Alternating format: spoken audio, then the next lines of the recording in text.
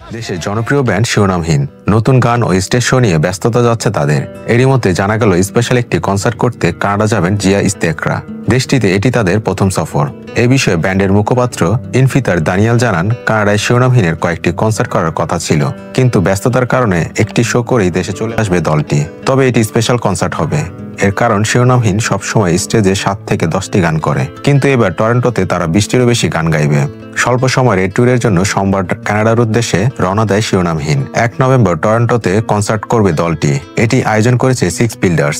এই শো শেষে নভেম্বরের 6 তারিখে দেশে ফিরবে তারা। যাওয়ার আগে ভক্তদের আরও একটি সুখবর দিয়েছে দলটি। দীর্ঘ প্রতীক্ষার অবসান ঘটিয়ে জনপ্রিয় ব্যান্ড শিরোনামহীন ঘোষণা করেছে তাদের বহুল আলোচিত গান এই অবেলায় এর সিকুয়েল এই অবলায় 2 এর। ব্যান্ডের সর্বশেষ অ্যালবাম বাতিঘরের শেষ গান হিসেবে প্রকাশ পাবে এটি। গানটির মিউজিক ভিডিও ধারণ করা হয়েছে থাইল্যান্ডের মনোরম বিভিন্ন লোকেশনে।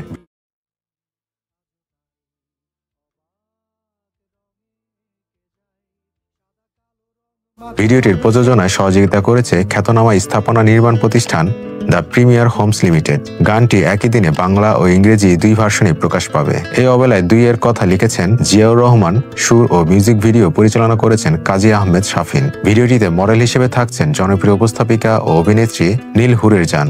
এছাড়া কিছু দৃশ্যে অভিনেতা তৌসিফ মাহবুবকে স্থির চিত্রে দেখা যাবে।